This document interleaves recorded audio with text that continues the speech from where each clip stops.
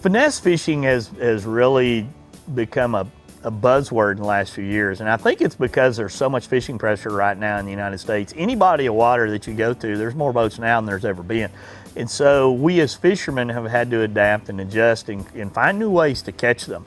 And what's happened is guys are bringing techniques from California to the South. Guys from the Midwest are bringing them south. Guys from the South are bringing them north, and where the fish haven't seen some of those techniques. And that's why in the tournament world you see some guy from randomly out of nowhere coming from, you know, way down south going north or north going south, and he brings a new technique in and crushes the competition because those fish hasn't seen it. Nobody else is doing it down there. And that's a unique thing that happens a lot in fishing.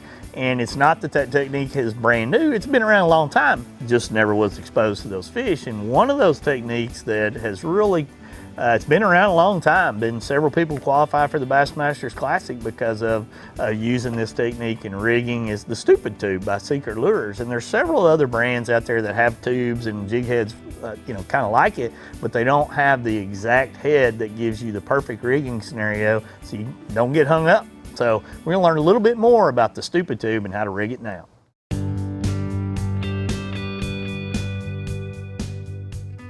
Stupid Tube started with me 17 or 18 years ago, I believe, and it started with an open hook, and I'm fishing it around cover and getting hung up, and my Uncle Terry I'd seen one rigged, you know, stupid style, so I asked him to show it to me, and when I started using it, things changed, and they really did. Just right off the bat, I got a real quick lesson that this bait gets a lot of bites, and it's just a confidence thing for me now. I mean, I know if I drop that in front of a fish, it's gonna get bit. There you go. Flat choked it.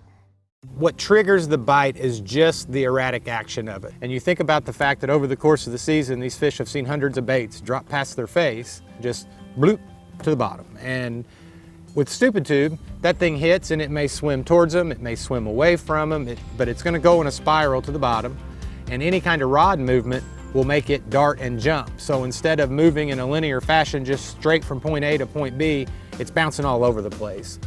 And the Stupid Tube is one of the few soft plastic baits that you can do that with and maintain bottom contact. And that's really a big part of what makes it work, is that erratic action and that hunting behavior on the bottom. Uh-oh.